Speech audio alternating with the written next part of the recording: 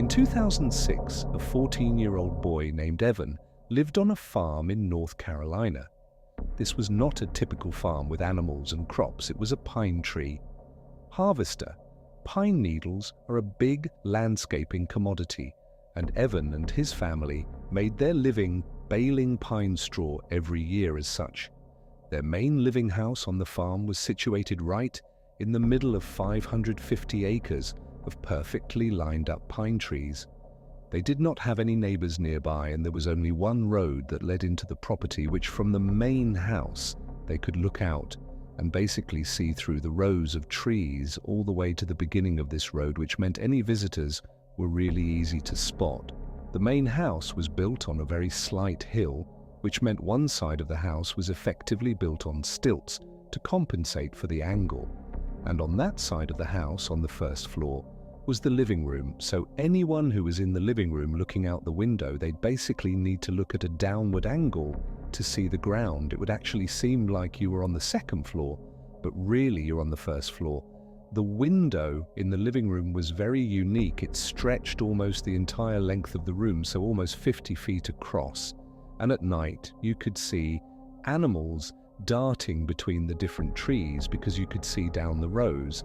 And so that was pretty creepy. And then just the fact that the window is so big, if you're in the living room at night, you just felt really exposed. So between the creepy animals running around and a level of exposure and vulnerability, people basically avoided the living room anytime they were in the house at night.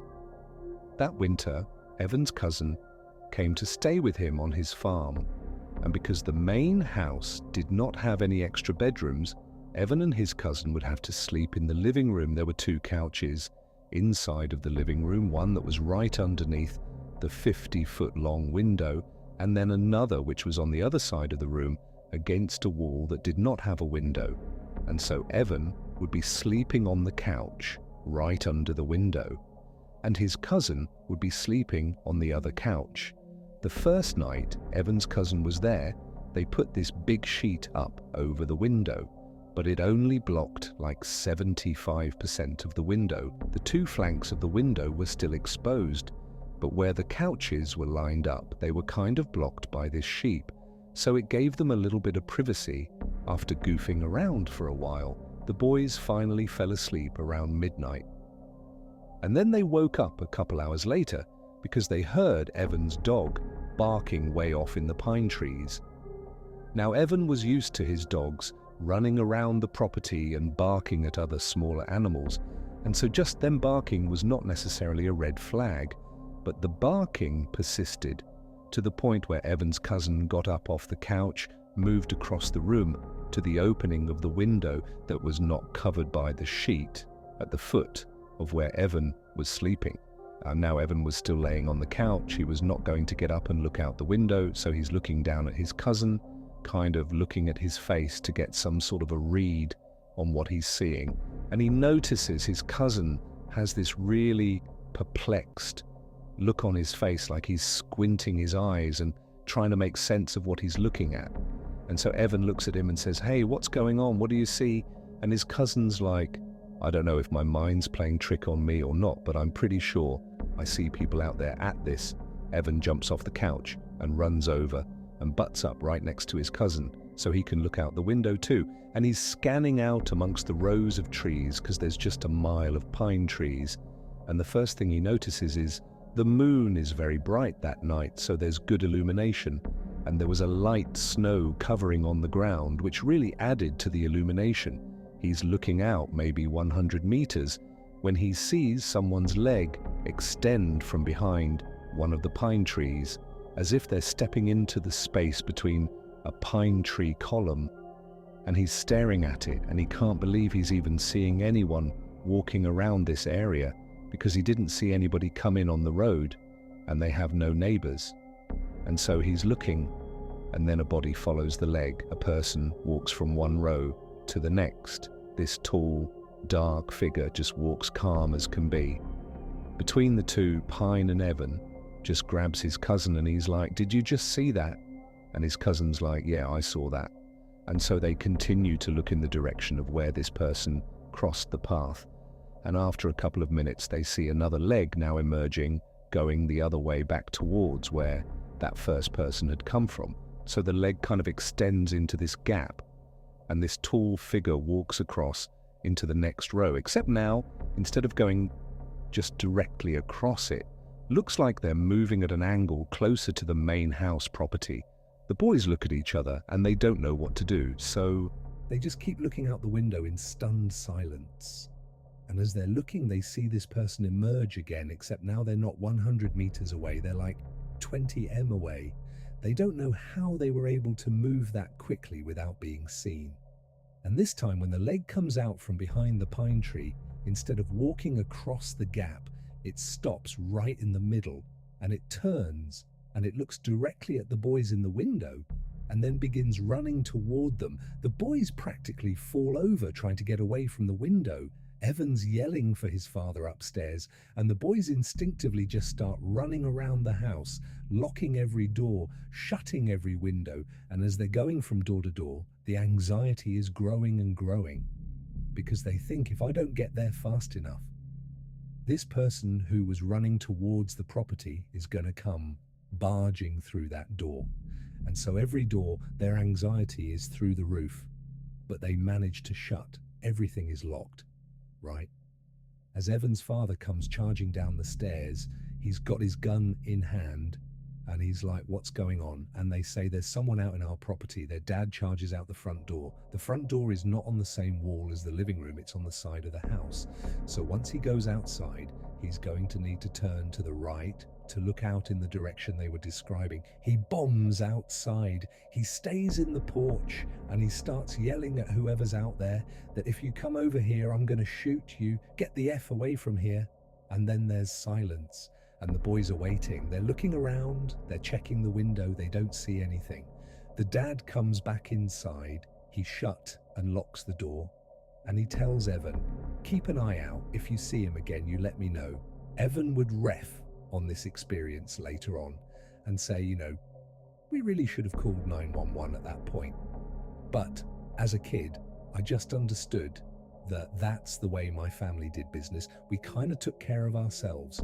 And so even though there is a threat of some stranger who's running at our property, we were not going to call the cops. And so his dad effectively was telling him to be a lookout. And so Evan and his cousin, they go back into the living room, and they kind of go up to the window. They're a little bit apprehensive, and they're looking out, and after 5-10 minutes of looking out the window and not seeing anything, they're thinking to themselves, Evan's dad's a pretty intimidating guy, and he was just out there screaming and yelling with a gun, threatening to shoot them, so they probably got the message, and they're probably gone. And so the boys got back into their couches, and it took them a while, but they did ultimately fall asleep. The next morning, when the boys got up, the first thing they wanted to do was go out there and see if they could find footprints from this person to kind of confirm it really was a person. Because part of them thought, maybe we didn't see that, maybe that was our imaginations. They don't know. And so they start by going out the front door, so not on the same wall as the living room. They go out the front door, they turn, and they walk down into the trees, and they're looking around, and they find some footprints. So they're confirming to themselves, okay, there was someone out here. It wasn't us. This is not our footprints. We found them. So they start following the footprints back towards the property. And they realized at some point there are 2 distinct sets of footprints. There were 2 people out here. And even worse is they followed them all the way up to the house. And there were 2 different circles of footprints that stopped right underneath the living room window along the 2 flanks of the window where the sheet was not covering, which means over the course of the night, when Evan and his cousin were up at that window looking out, there's a good chance that 1 or 2 strangers were tucked up against the side of the house, and they would not have seen them because of the angle out of the living room window. It was steep because of the stilts it was on. And so anybody that was tucked up along the side, they'd be in a blind spot. And then for sure, after Evan and his cousin got back into bed and were sleeping, there were 2 strangers who were right up against those windows, probably pulling themselves up to look inside. When Evan's father found these footprints, he immediately grabbed his gun and tried to follow them back into the woods to see where they came from. But unfortunately, the snow cover wasn't complete, and at some point they lost the tracks and they never figured out who those two people were. Evan would say, following this event, his cousin refused to ever come back over his house for a sleepover.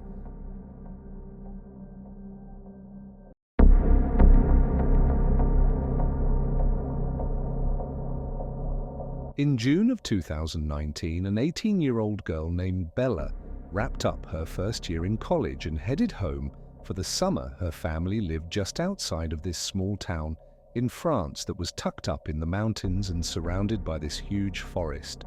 And so growing up, Bella spent a lot of her time out in this forest, either by herself or with her father or other members of her family. And so she knew the forest like the back of her hand. Her favorite place to go in this forest was the man-made lake that sat kind of at the center of this forest. It wasn't huge, but it was a beautiful view. It was very peaceful. And so she liked going out there. The way she would get to it is she would leave her house. She would hop in her car, she would drive a couple of miles down the road, and she would pull off into the shoulder of this road. And there was no signage that said this was the pull-off to get to the man-made lake. This was an area that she and her family had discovered that there was this particular trail you could take, and so she would pull off at the shoulder. She would get out and she would turn away from the road and just walk directly into the trees, which bust right up against the road. And very quickly, after walking into the woods, after going through some thick underbrush, she would reach this kind of clearing, and she would see up ahead this little stream, and off to the left side of the stream is what looked like this kind of beaten up little footpath, but actually what it was, an animal trail. So animals just kind of made their way around this area all the time, and so it kind of carved out a path. And so Bella would walk down to this animal path, and she would walk along the path that kind of went parallel with the stream, and she would walk for maybe 15 or 20 minutes until this animal path veered hard to the left, kind of went away from the stream. At that point, Bella would abandon the animal path and just continue walking along this stream, both stepping in the stream on some rocks and standing on either side when she could. And she would follow the stream due north, just going straight into the heart of this forest for about an hour, walking at a fairly leisurely pace until the stream connected with this east to west running river.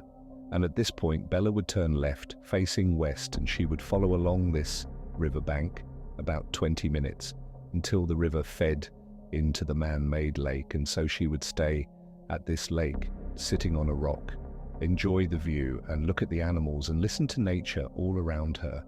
And then at some point she would turn around and retrace her steps all the way back to her car for reference. One leg of this journey, from car to lake or from lake to car, took about 2 hours. Part of the reason Bella really enjoyed being in these woods and being at this lake was because it just kind of felt like they were hers. Because up until this summer in 2019, the only other people that Bella had ever seen anywhere in this forest or near this lake were other members of her family, so it really felt very private. So in June of that year, Bella comes home from college, and almost immediately she wants to go out to the man-made lake because she hasn't been in months. She's been in school. And so she's eager to get back to some place that she kind of considered to be her happy place. So one morning, she gets up early, and by herself, she leaves her house. She hops in her car, she drives the couple miles down the road, she pulls off onto that shoulder. She parks her car, she hops out, she turns away from the road, she walks into the forest, she finds the stream, and starts walking along that animal path right to the side of the stream. She walks for a few minutes until she reaches the point where the trail kind of cuts to the left, and she just stays on the stream and is just continuing walking along the stream. And about 30 minutes later, when she was maybe 1 or 2 miles short of the east-west running river, she hears a bell somewhere off in the distance, way out in front of her, out towards the river. It sounds just like a chime, a single chime, and as soon as she hears it, she stops because there's never any people out here ever, and that bell sound came from somewhere in the forest. And so she stops because she's not really sure if she actually heard that, because it could have just been her mind playing tricks on her or something. And so she stops and just kind of listens for a second. And then she starts to hear this bee bell just continuously start ringing. Now, the ringing was not uniform, it was constant, but it was kind of sporadic, as if you were holding a bell and kind of ringing it randomly, like you might see at a sports game. And so she's thinking to herself, is there a dog that got lost somewhere up ahead and it's got a bell on its collar? And that's the sound I'm hearing.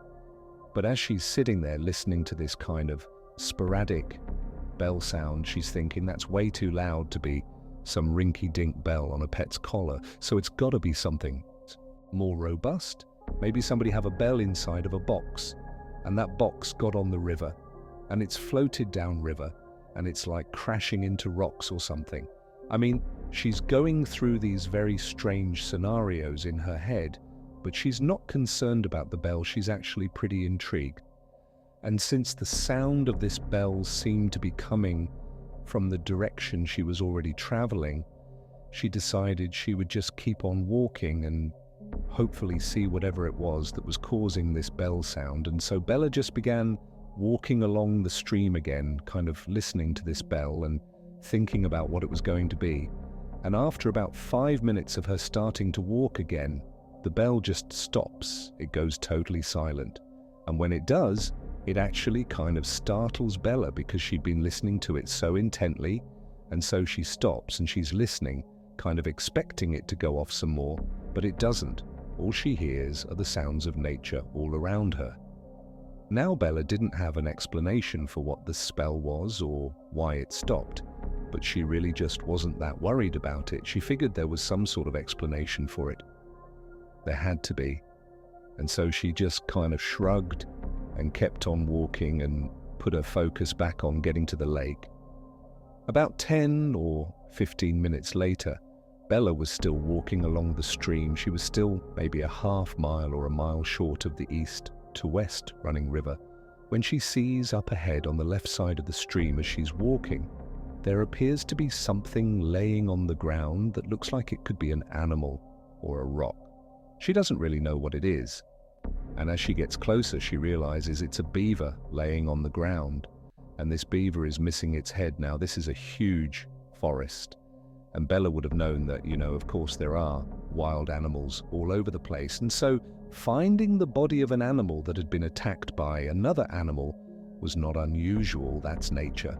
But what did strike Bella as odd was the cut on this beaver's neck was unbelievably neat and uniform, as if its head had been very carefully removed with a very sharp knife, and the beaver's head was nowhere to be found. It certainly did not have the appearance of having its head removed from some predator, and its teeth that would have been very rough. Also, the rest of the beaver's body was intact, so whatever killed this beaver was not interested in eating the beaver. As Bella stood over this beaver and was just staring at it, she also noted that there was no smell normally when something dies. It begins to smell very quickly. It's part of the decomposition process. And so for there not to be a smell indicated to Bella that this beaver must have been killed fairly recently. And then when Bella kind of gently prodded the body with her foot, she realized the beaver's body was still fairly limp.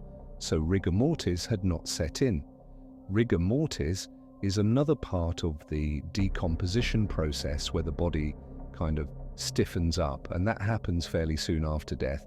And so as Bella is realizing this beaver must have died very recently, it dawned on her that most likely whoever or whatever has killed this beaver is probably somewhere nearby, and Bella can't help but connect this dead beaver to that bell she was hearing earlier, which before meant nothing, but considering the bell was roughly coming from the same area where this fever has now been found, it made her uneasy. And so Bella found herself whipping her head around, looking out into the trees, seeing if there's some person, a hunter or somebody that would kind of explain what was going on, but there was nothing. And so Bella felt herself starting to panic a little bit, but then she stopped herself and said, "Calm down, it's broad daylight. I have been coming to these woods for years and years. I've never seen another person. I've never encountered some predatory animal. I'm sure everything is perfectly fine. I got nothing to worry about." And so she stepped over the beaver and kept on walking. Bella would eventually reach the east-west running river. She would turn left and walk for 20 minutes alongside this river. She had reached the man-made lake. She enjoyed the beautiful view and the scenery, and then at some point she turned around and began retracing her footsteps. She walked past the beaver on the ground all the way back to her car, and she went home. A week later, Bella was sitting around her house when she felt pretty bored and decided kind of abruptly that in order to cure her boredom, she would go back to the place she loved so much, the man-made lake. And so she told her parents where she was going, and then she left the house, hopped in her car, drove to the pull-off, and parked and entered the woods at 6 p.m. Sunset that night was at 9:00 p.m. And so Bella knew this would need to be a fairly quick turnaround, so she didn't get trapped in the woods in the dark. And so Bella finds the animal trail. She follows along the stream until the trail goes left, and she stays on the stream. She continues walking on the stream when she starts to hear the distant sound of thunder. So she looks up into the sky, the trees, and she can see the sky. It's starting to get dark, but she's still a couple of hours away from sunset. And so between the thunder and the dark skies, she knows a storm is rolling in, but she is determined to get to that lake. And so instead of, turning around and saying, "Okay, I'll come back another time," she just starts jogging along the stream to get there as fast as she possibly can. And almost immediately as she's jogging, the raindrops start to fall. And by the time she passes the beaver corpse on the ground, it hadn't moved. The rain was really coming down, and then about 15 minutes after the corpse, when she hit the east-west running river, that's when the rain was at a full downpour. Still, Bella turned at the river and continued west towards the man-made lake, as if she was going to go all the way. But only about a minute or two into this final leg, she still had about 20 minutes to get to the lake. She stops herself and she looks at her watch, and she can see it's after 8 already. And she's thinking to herself, if I turn around right now, it's going to take me over an hour to get back to my car. Sun sets at 9 p.m. It's after 8 p.m. now. So already I know I'm going to have to navigate this forest at night in the dark, even if it's just for a little bit at the end.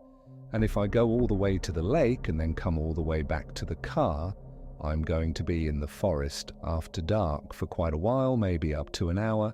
And she's thinking, I'm confident I can do that, but it's also pouring rain, I'm cold.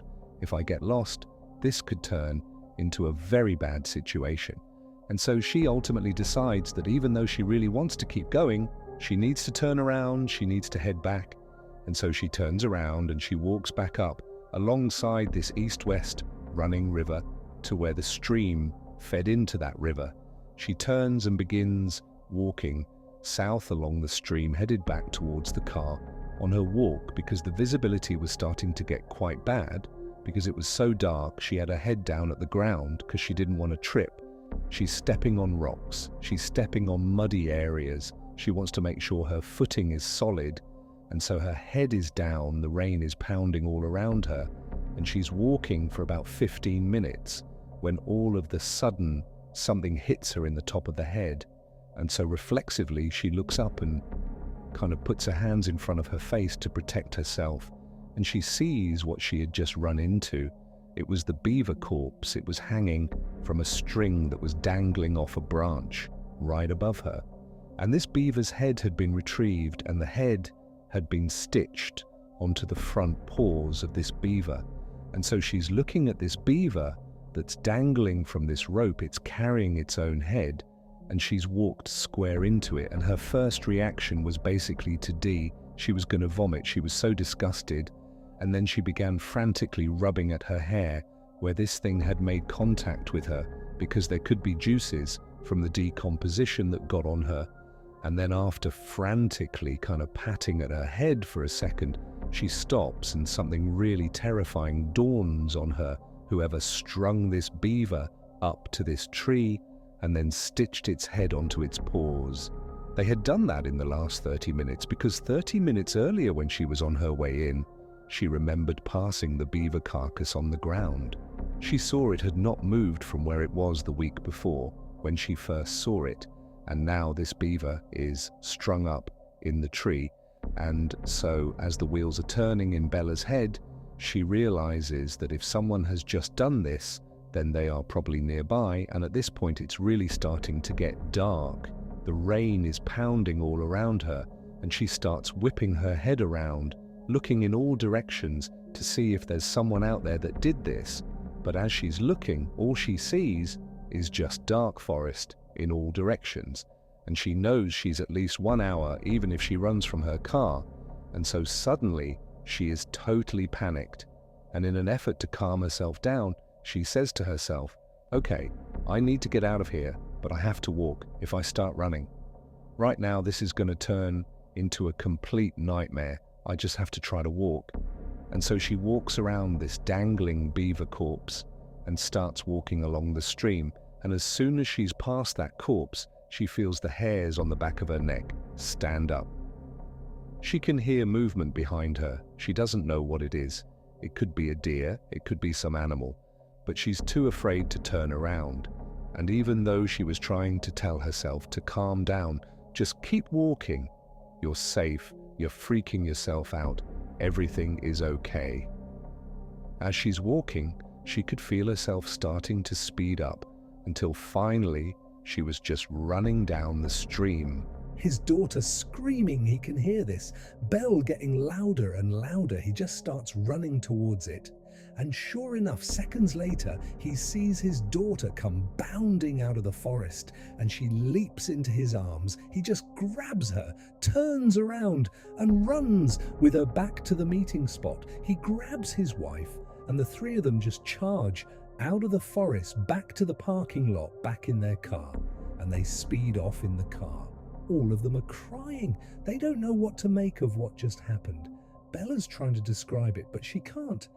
And her parents, they had men on the phone listening to their daughter screaming, and all they kept saying to each other, the parents, was, "I heard the bell, I heard the bell, I heard the bell," as if the bell confirmed their worst nightmares, that there really was someone or something out in those woods that was trying to do harm to their child. They would drive straight to the police station, where Bella would file a report about what she experienced out in the forest.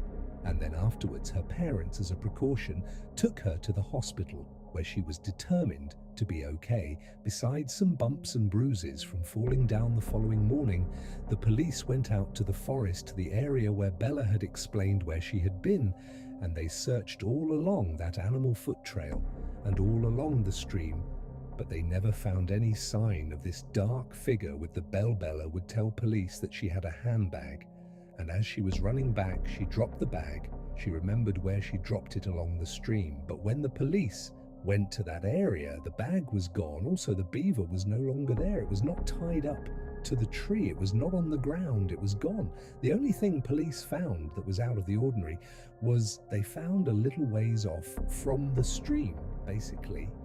Along the path that Bella would have been running on, they found a t-shirt neatly folded, placed underneath a rock. But the police and Bella and her family have no idea what that signifies.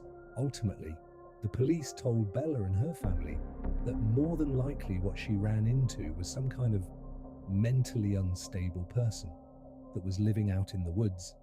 And perhaps when Bella came into the woods, they felt like she was on their property, and so they kind of tried to scare her off. But Bella has a hard time accepting that she felt like, as she was running from whoever was behind her, that she was in moral danger. That had it not been for her father running into the woods and literally grabbing her and running with her the rest of the way, that she may not have gotten out of the woods at all, that she might have been attacked and killed by whoever this was. She also can't help, when she looks back at the entire experience, thinking about that moment when she turned around and looked across that clearing and saw this figure come into the moonlight for the first time, that when it came into the moonlight, the way it was moving, the steps it was taking, they weren't normal, they were abnormal. There was just something off about this thing's movement, that it didn't seem like she was looking at a person, but rather some big animal. But regardless, since her ordeal, there have been no strange sightings out in those woods. However, almost no one ever goes in those woods except for Bella and her family.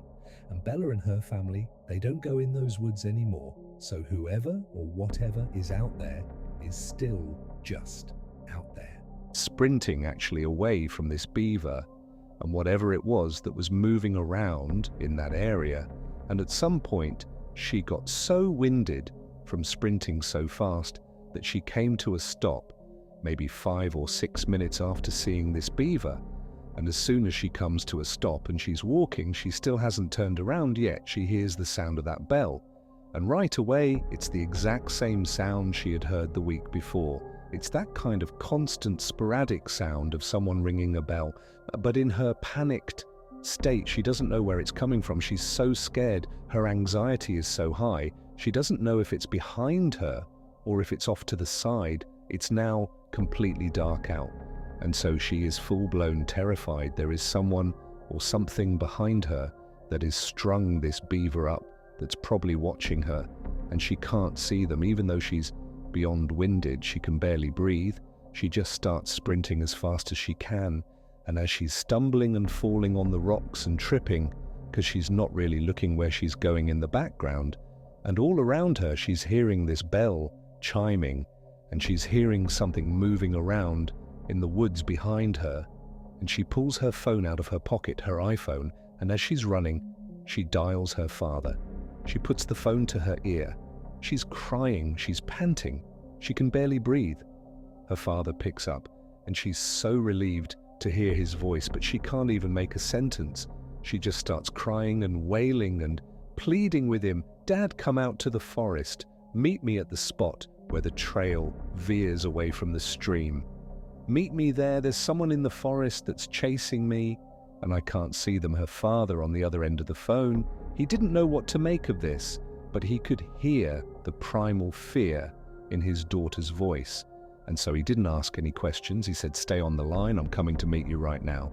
So Bella's father and mother, with Bella on the line, they run out of their house, they hop in their car, they speed the couple miles down the road, they park next to their daughter's car, and as they're running into the woods, they can hear way off in the woods the sound of the bell. They can hear the bell, they hear their daughter screaming on the phone, they can hear the bell coming through the phone, and she's begging them to please come into the woods, come in here, save me. And so the parents run into the woods and they begin running up the stream. Meanwhile, Bella, who's way out in the woods, she's still 10 or 15 minutes away from her parents. She is barely able to run. At this point, she's exhausted almost all of her energy, and as she's getting closer and closer to her parents, the sporadic bell sound is getting louder and louder and louder, like whatever it is gaining on her. And she can hear behind her all these sticks and branches, they're breaking, as if something is coming up to her.